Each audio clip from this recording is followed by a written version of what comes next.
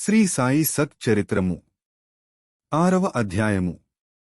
ఓం శ్రీ సాయి నాథాయ నమః. శ్రీ సాయి బాబా జీవిత చరిత్రము 6వ అధ్యాయము. శ్రీరామ నవమి ఉత్సవము, మసీదు మరామతులు. గురువుగారి కరస్పర్శ ప్రభావము, శ్రీరామనవమి యుత్సవము, దాని ప్రభావము, పరిణామము మొదలగునవి. మసీదు మరామతులు. గురువుగారి హస్తలాఘవము. సంసారమను సముద్రములో జీవుడనే యోడను సద్గురువు నడుపునప్పుడు అది సులభముగాను జాగ్రత్తగాను గమ్యస్థానము చేరును. సద్గురువనగనే సాయిబాబా జ్ఞప్తికి వచ్చుచున్నారు. నా కండ్ల ఎదుట సాయిబాబా నిలచియున్నట్లు, నా నుదుట విభూతి పెట్టుచున్నట్లు, నా శిరస్సుపై చేయివేసి యాశీర్వదించుచున్నట్లు పొడముచున్నది. నా మనస్సు సంతోషములో మునిగి నా కండ్ల నుండి ప్రేమ పొంగి పొరలుచున్నది. గురువుగారి హస్తస్పర్శ ప్రభావము అద్భుతమైనది. సూక్ష్మ శరీరము, కోరికలు, భావముల మయము, అగ్నిచే కూడా కాలనట్టిది. గురువుగారి హస్తము తగులగనే కాలిపోవును, జన్మజన్మల పాపములు పటాపంచలైపోవును. మత విషయములు భగవద్విషయములనగనే అసహ్యపడువారికి కూడా శాంతి కలుగును. సాయిబాబా చక్కని యాకారము చూడగనే సంతసము కలుగును. కండ్ల నిండ నీరు నిండును, మనస్సు ఊహలతో నిండును. నేనే పరబ్రహ్మమునను చైతన్యమును మేల్కొల్పి ఆత్మసాక్షాత్కారానందమును కలిగించును. నేను నీవు అను భేదభావమును తొలగించి బ్రహ్మములో నైక్యము చేయును. వేదములుగాని పురాణములుగాని పారాయణ చేయనప్పుడు శ్రీసాయి ఎడుగడుగునకు జ్ఞప్తికి వచ్చుచుండును. శ్రీసాయిబాబా రాముడుగా గాని కృష్ణుడుగా గాని రూపము ధరించి తమ కథలు వినినట్లు చేయును. నేను భాగవత పారాయణకు పూనుకొనగనే శ్రీసాయి యాపాదమస్తకము కృష్ణునివలే గాన్పించును. భాగవతమో ఉద్ధవగీతయో పాడుచున్నట్లుగా అనిపించును. ఎవరితోనైనా సంభాషించునప్పుడు సాయిబాబా కథలే ఉదాహరణములుగా నిచ్చుటకు జ్ఞప్తికి వచ్చును. నేనేదైనా వ్రాయ తలపెట్టినచో వారి అనుగ్రహము లేనిదే యొక్క మాటగాని వాక్యముగాని వ్రాయలేను. వారి యాశీర్వాదము లభించిన వెంటనే ఎంతులేనట్లు వ్రాయగల్గుదును. భక్తునిలో యహంకారము విజృంభించగనే బాబా దానిని ఎణచివేయును. తన శక్తితో వాని కోరికను నెరవేర్చి సంతుష్టుజేసి యాశీర్వదించును. సాయి పాదములకు సాష్టాంగ నమస్కారము చేసి సర్వస్య శరణాగతి చేసిన వానికి ధర్మార్థకామ మోక్షములు సిద్ధించును. భగవత్ సాన్నిధ్యమునకు పోవుటకు కర్మ, జ్ఞాన, యోగ, భక్తియను 4 మార్గములు కలవు. అన్నింటిలో భక్తి మార్గము కష్టమైనది. దాని నిండ ముండ్లు గోతులుండును. సద్గురుని సహాయముతో ముండ్లను గోతులను తప్పించుకుని నడచినచో గమ్యస్థానము అవలీలగా చేరవచ్చును. దీనిని గట్టిగా నమ్ముడని సాయిబాబా చెప్పుచుండెను. స్వయంపుత్తాకమైన బ్రహ్మము యొక్క తత్వవిచారము చేసిన పిమ్మట బ్రహ్మము యొక్క శక్తి, మాయ, బ్రహ్మ సృష్టిని గూర్చి చెప్పి వాస్తవమునకి 3ను నొకటియేని సిద్ధాంతీకరించి రచయిత బాబా తన భక్తుల శ్రేయస్కై చేసిన 50 ప్రధాన వాక్యములను ఈ క్రింద ఉదాహరించుచున్నాడు. షిరిడీలోపలి దైవం నేనే, షిరిడీలోపలి దైవం నేనే, చిత్తంలోపలి ధ్యానం నేనే. నా భక్తుని ఇంటిలో అన్నవస్త్రములకు ఎప్పుడు లోటుండదు. నాయందే మనస్సు నిలిపి భక్తిశ్రద్ధలతో మనఃపూర్వకముగా నన్నే యారాధించువారి యోగక్షేమముల నేను జూచెదను. భగవద్గీతలో శ్రీకృష్ణుడు కూడా ఇట్లనే చెప్పియున్నాడు. కావున వస్త్రాహారముల కొరకు ప్రయాసపడవద్దు. నీకేమైనా కావలసిన భగవంతుని వేడుకొనుము. ప్రపంచములో పేరుకీర్తులు సంపాదించుట మాని భగవంతుని కరుణాకటాక్షములు పొందుటకు, భగవంతునిచే గౌరవమందుటకు యత్నించుము. ప్రపంచ గౌరవమందుకును భ్రమను విడువుము. మనస్సునందు ఇష్టదేవము యొక్క యాకారము నిలుపుము. సమస్తేంద్రియములను మనస్సును భగవంతుని యారాధన కొరకే నియమింపుము. ఇతరముల వైపు మనస్సు పోనివ్వకుము. ఎల్లప్పుడూ నన్నే జ్ఞప్తి అందించుకున్నట్లు మనస్సును నిలుపుము. అప్పుడది శాంతి వహించి నెమ్మదిగాను ఎట్టి చికాకు లేక యుండును. అప్పుడే మనస్సు సరియైన సాంగత్యములో నున్నదని గ్రహింపుము. మనస్సు చంచలముగా నున్నచో దానికి ఏకాగ్రత లేనట్లే. బాబా మాటలుదాహరించిన పిమ్మట గ్రంథకర్త షిరిడీలో జరుగు శ్రీరామనవమి యుత్సవమును వర్ణించుటకు మొదలెడెను. షిరిడీలో జరుగునుత్సవములన్నిటిలో శ్రీరామనవమియే గొప్పది. కావున సాయిలీల 1925 పుట 197 పత్రికలో విపులముగా వర్ణింపబడిన శ్రీరామనవమి యుత్సవముల సంగ్రహ మిచట పేర్కొనబడుచున్నది. కోపర్గాంలో గోపాలరావుగుండ్ అననతడు పోలీసు సర్కిలు ఇన్స్పెక్టరుగా నుండెను. అతడు బాబాకు గొప్ప భక్తుడు. అతనికి 3 భార్యలున్నప్పటికీ సంతానము కలుగలేదు. శ్రీ సాయి యాశీర్వచనముచే అతనికొక కొడుకు బుట్టెను. దానికాతడు మిక్కిలి సంతసించి షిరిడీలో నుత్సవము చేసిన బాగుండునని 1897లో భావించెను. ఈ విషయమై తక్కిన భక్తులగు తాత్యాపాటీలు, దాదా కోతేపాటీలు, మాధవరావు దేశపాండేలతో సంప్రదించెను. వారంతా దీనికి సమ్మతించిరి. బాబా యాశీర్వాదమును, అనుమతిని పొందిరి. జిల్లా కలెక్టరు అనుమతికై దరఖాస్తు పెట్టిరి. గ్రామకరణము దానిపై నేదో వ్యతిరేకముగా చెప్పినందున అనుమతి రాలేదు. కాని బాబా యాశీర్వదించియుండుటచే రెండవ పర్యాయము ప్రయత్నించగా వెంటనే అనుమతి వచ్చెను. సాయిబాబాతో మాట్లాడిన పిమ్మట ఉత్సవము శ్రీరామనవమినాడు చేయుటకు నిశ్చయించిరి. దానిలో బాబా వారికేదో ఇంకొక ఉద్దేశమున్నట్లు కనిపించుచున్నది. ఈ యుత్సవమును శ్రీరామనవమితో కలుపుట హిందువుల మహమ్మదీయుల మైత్రి కొరకు కాబోలు. భవిష్యత్ సంఘటనలను బట్టి చూడగా బాబా యుద్దేశములు రెండును నెరవేరినవి. చిత్తములోపలి ధ్యానం నేనే, నిఖిలం నేనేలే. షిరిడీలోపలి దైవం నేనే, షిరిడీలోపలి దైవం నేనే. ఉత్సవములు జరుపుటకు అనుమతి వచ్చెనుగాని ఇతర కష్టములు గాన్పించెను. షిరిడీ చిన్న గ్రామమగుటచే నీటి ఇబ్బంది ఎక్కువగా నుండెను. గ్రామమంతటికి 2 నూతులుండెడివి.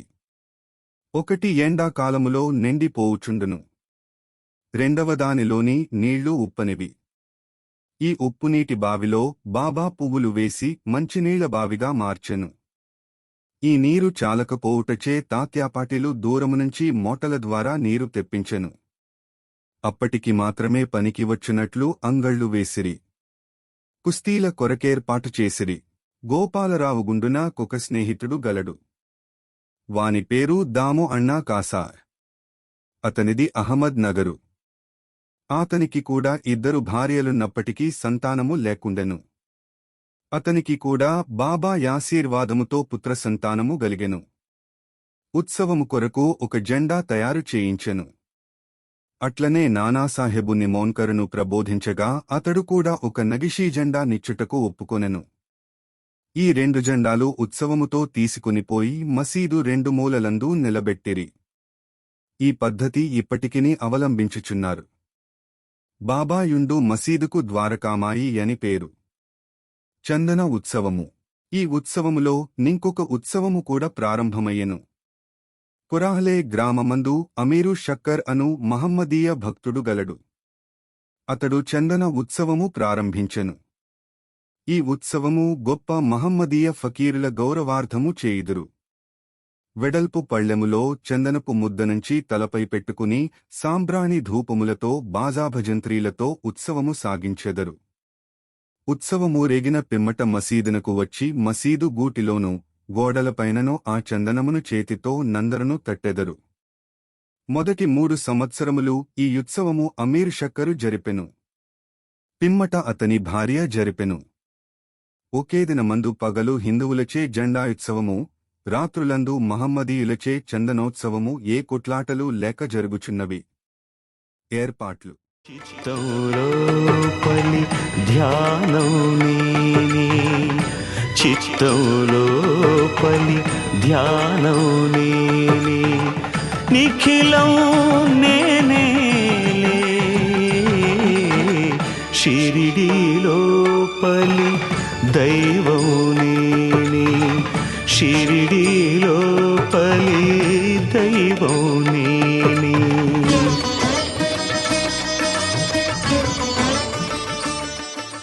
శ్రీరామనవమి బాబా భక్తులకు ముఖ్యమైనది, పవిత్రమైనది. భక్తులందరూ వచ్చి ఈ ఉత్సవములో పాల్గొనుచుండిరి. బయటి ఏర్పాట్లన్నీయు తాత్యాకోతే పాటీలు చూచుకునెడివారు. ఇంటి లోపల చేయవలసినవన్నీయు రాధాకృష్ణమాయి యను భక్తురాలు చూచుచుండెను. ఆమె ఇంటి నిండా భక్తులు దిగేవారు. ఆమె వారికి కావలసినవన్నీయు సమకూర్చుచుండెను. ఉత్సవమునకు కావలసినవన్నీయు సిద్ధపరచుచుండెను. ఆమె స్వయముగా మసీదును శుభ్రపరచి గోడలకు సున్నము వేయుచుండెను. మసీదు గోడలు బాబా వెలిగించు ధునిమూలముగా మసితో నిండియుండెడివి. వానిని చక్కగా కడిగి సున్నము పూయిచుండెను. ఒక్కొక్కప్పుడు మండుచున్న ధుని కూడా తీసి బయట పెట్టుచుండెను. ఇదంతయు బాబా చావడిలో పరుండునప్పుడు చేసేది. ఈ పనిని శ్రీరామనవమికి ఒకరోజు ముందే చేయుచుండెను. బీదలకు అన్నదానమనగా బాబాకు చాలా ప్రీతి. అందుచే బీదలకు అన్నదానము ఈ ఉత్సవము యందు విరివిగా చేయుచుండిరి. వంటలు విస్తారముగా మిఠాయి దినుసులతో రాధాకృష్ణమాయి ఇంటిలో చేయుచుండిరి. ఇందులో అనేకమంది భక్తులు పూనుకొనుచుండెడివారు. మేళా లేదా ఉత్సవమును శ్రీరామనవమి ఉత్సవముగా మార్చుట. ఈ ప్రకారముగా 1897 నుండి 1911 వరకు ఉత్సవము వైభవముగా జరుగుచుండెను. రాను రాను వృద్ధేగుచుండెను. 1912లో నొక మార్పు జరిగెను. సాయి సగుణోపాసన ను వ్రాసిన కవియగు కృష్ణారావు జోగేశ్వర భీష్మేనువాడు దాదాసాహెబు ఖాపర్డే, అమరావతి నివాసి తో నుత్సవమునకు వచ్చెను. వారు దీక్షిత్ వాడలో బసచేసిరి. కృష్ణారావు వసారాలో చేరగిలియుండగా కాకా మహాజని పూజా పరికరముల పళ్ళెముతో మసీదుకు పోవుచుండగా అతనికి ఒక క్రొత్తయాలోచన తట్టెను. వానిని పిలిచి ఇట్లనెను: ఈ ఉత్సవమును శ్రీరామనవమినాడు చేయుటలో భగవదుద్దేశమేదియో యుండవచ్చును. శ్రీరామనవమి ఉత్సవమనగా హిందువులకు చాలా ముఖ్యము. కనుక ఈ దినమందు శ్రీరామనవమి ఏల జరుపకూడా దని అడిగెను. కాకా మహాజని ఈ ఆలోచనకు సమ్మతించెను. బాబా అనుమతి దెచ్చుటకు నిశ్చయించిరి. ఒక కష్టము మాత్రము తీరనిదిగా గాన్పించెను. అది హరిదాసును సంపాదించుట. భగవన్ మహిమలను కీర్తన చేయుటకు హరిదాసు నెచ్చట నుండి తేవలెననున్నది గొప్ప సమస్యగా నుండెను. తుదకది భీష్ముడే పరిష్కరించెను. ఎట్లనా అతని రామాఖ్యానమను శ్రీరాముని చరిత్ర సిద్ధముగా నుండుటచే నతడు దానిని కీర్తన చేయుటకు కాకా మహాజని హార్మోనియం వాయించుటకు నిశ్చయించిరి. చక్కెరతో కలిపిన సొంటిగుండా ప్రసాదము రాధాకృష్ణమాయి చేయుటకేర్పాటయ్యెను. బాబా అనుమతి బొందుటకే మసీదుకు పోయిరి. అన్ని సంగతులు మసీదునందుండియే గ్రహించుచున్న బాబా వాడలో నేమి జరుగుచున్నదని మహాజనిని ప్రశ్నించెను. బాబా ఎడిగిన ప్రశ్నను మహాజని గ్రహించలేకపోవుటచే బాబా యదే ప్రశ్న భీష్ముడనడిగెను. అతడు శ్రీరామ నవమి ఉత్సవము చేయ నిశ్చయించితి మరియు నందులకు బాబా అనుమతి నివ్వవలెననియూ కోరెను. బాబా వెంటనే యాశీర్వదించెను. అందరు సంతసించి జయంతి ఉత్సవమునకు సంసిద్ధులైరి. ఆ మరుసటి దినమున మసీదు నలంకరించిరి. బాబా ఆసనమునకు ముందు ఊయల వ్రేలాడగట్టిరి. దీనిని రాధాకృష్ణమాయి ఇచ్చెను. శ్రీరామజన్మోత్సవము ప్రారంభమయ్యెను. భీష్ముడు కీర్తన చెప్పుటకు లేచెను. అప్పుడే లెండి వనము నుండి మసీదుకు వచ్చిన బాబా అదంతయు చూసి మహాజనిని పిలిపించెను. అతడు కొంచెము జంకెను. జన్మోత్సవము జరుపుటకు బాబా ఒప్పుకుననో లేదో యని అతడు సంశయించెను. అతడు బాబా వద్దకు వెళ్లిన తోడనే ఇదినంతయు ఏమని బాబా అడిగెను. ఆ ఊయల ఎందుకు కట్టిరని అడిగెను. శ్రీరామనవమి మహోత్సవము ప్రారంభమైనదనియూ అందులకై ఊయల కట్టిరనియూ అతడు చెప్పెను. బాబా మసీదులో నుండు భగవంతుని నిర్గుణస్వరూపమగు నింబారు గూడు నుండి ఒక పూలమాలను తీసి మహాజని మెడలో వేసి ఇంకొకటి భీష్మునికి పంపెను. 11 అన్ని వేళల అడుగిడుతారు, అన్ని వేళల అడుగిడుతారు అందరూ నా వైపే, అందరూ నా వైపే. హరికథ ప్రారంభమయ్యెను. కొంతసేపటికి కథ ముగిసెను. శ్రీరామచంద్రమూర్తికి జై యని ఎర్రగుండ బాజాభజంత్రీల ధ్వనుల మధ్య అందరిపైన బడునట్లు విరివిగా జల్లిరి. అందరూ సంతోషములో మునిగిరి. అంతలో నొక గర్జన వినబడెను. చల్లుచుండిన గులాల్యను ఎర్రపొడుము ఎటులనో బాబా కంటిలో పడెను. బాబా కోపించినవాడై బిగ్గరగా తిట్టుట ప్రారంభించెను. జనులందరూ ఇది చూచి భయపడి పారిపోయిరి. కాని బాబా భక్తులు అవనియు తిట్ల రూపముగా తమకిచ్చిన బాబా యాశీర్వాదములని గ్రహించి పోకుండిరి. శ్రీరామచంద్రుడు పుట్టినప్పుడు రావణుడనే యహంకారమును, దురాలోచనలను చంపుటకై నిశ్చయముగా బాబా రూపములోనున్న రాముడు తప్పక కోపించవలెననిరి. షిరిడీలో ఏదైనా క్రొత్తది ప్రారంభించినప్పుడెల్లా బాబా కోపించుట యొక్క అలవాటు. దీనిని తెలిసినవారు గమ్మున నూరకుండిరి. తన ఊయలను బాబా విరిచునను భయముతో రాధాకృష్ణమాయి మహాజనిని బిలిచి ఊయలను దీసికొని రమ్మనెను. మహాజని పోయి దానిని విప్పుచుండగా బాబా అతని వద్దకు పోయి ఊయలను తీయవలదని చెప్పెను. కొంతసేపటికి బాబా శాంతించెను. ఆనాటి మహాపూజ హారతి మొదలగునవి ముగిసెను. సాయంత్రము మహాజని పోయి ఊయలను విప్పుచుండగా నుత్సవము పూర్తి కానందున బాబా దానిని విప్పవద్దని చెప్పి యా మరుసటి దినము శ్రీకృష్ణజన నమునాడు పాటించు కాలాహండి యను నుత్సవము జరిపిన పిమ్మట తీసివేయవచ్చునని చెప్పెను. కాలాహండి అనగా నల్లని కుండలో అటుకులు, పెరుగు, ఉప్పుకారము కలిపి వ్రేలాడ గట్టెదరు. హరికథ సమాప్తమైన పిమ్మట దీనిని కట్టెతో పగులగొట్టెదరు. రాలిపడిన అటుకులను భక్తులకు పంచిపెట్టెదరు. శ్రీకృష్ణ పరమాత్ముడు ఈ మాదిరిగనే తన స్నేహితులగు గొల్లపిల్లవాండ్రకు పంచిపెట్టుచుండెను. ఆ మరుసటి దినము ఇవన్నీయు పూర్తియైన పిమ్మట ఊయలను విప్పుటకు బాబా సమ్మతించెను. పగటివేళ పతాకోత్సవము, రాత్రియందు చందనోత్సవమును శ్రీరామనవమి ఉత్సవ సమయమందు గొప్ప వైభవముగా జరుగుచుండెను. అప్పటినుండి జాతర, మేళ శ్రీరామనవమి యుత్సవముగా మారెను. 1913 నుంచి శ్రీరామనవమి యుత్సవములోని యంశములు హెచ్చించిరి.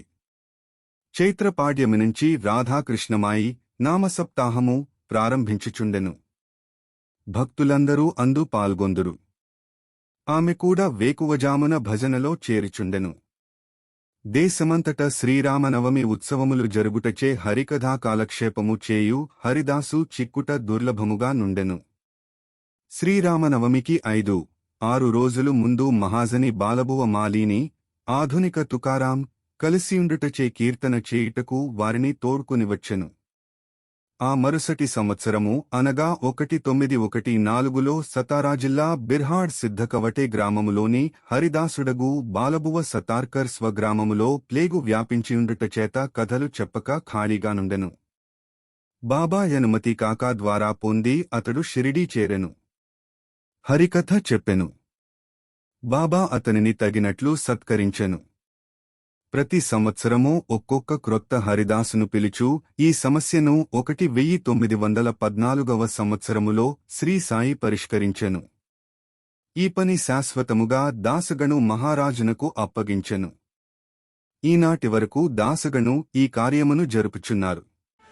నన్నే నిరతం నమ్మిన వారికి, నన్నే నిరతం నమ్మిన వారికి పెన్నిధి నా చూపే.